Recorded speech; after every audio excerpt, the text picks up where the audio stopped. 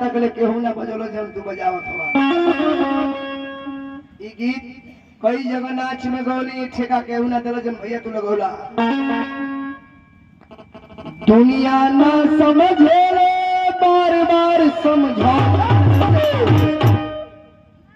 ए तर केहू ना समझेला समझी के तरे अरे पीनी अंगूरी अंगूरले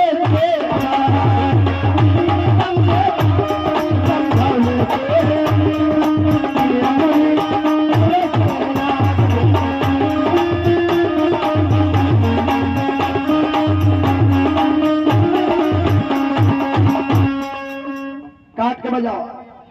तो लक्ष्मण सागर को समझाई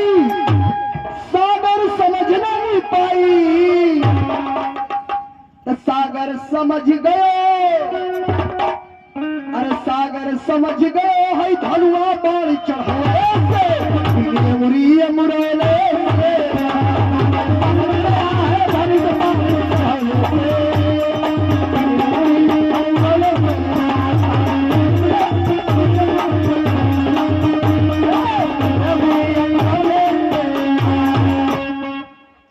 बाबा साहब आर्यों को समझाए बाबा साहब ब्रिटेनियन को समझाए आर्यों समझ नहीं पाए अरे सब दुनिया समझ गए संविधान बनौले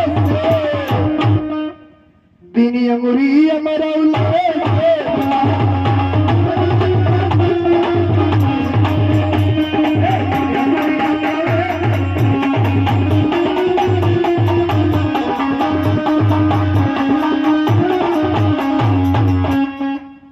ऐसा ही हमारे में हरारू हमके समझावे हम समझ ना पाए के तो समझ ली वो मुरिया का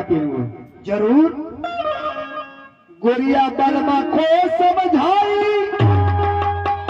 बलमा समझ नहीं पाए दिनेश समझ गए अरे दिनेशवा समझ गए सजिया पर गुदरौले जब मैं हरारू गुदरा दी तो समझ गया अरे मधुर समझ गए ऐसे जिया पर गुदरौले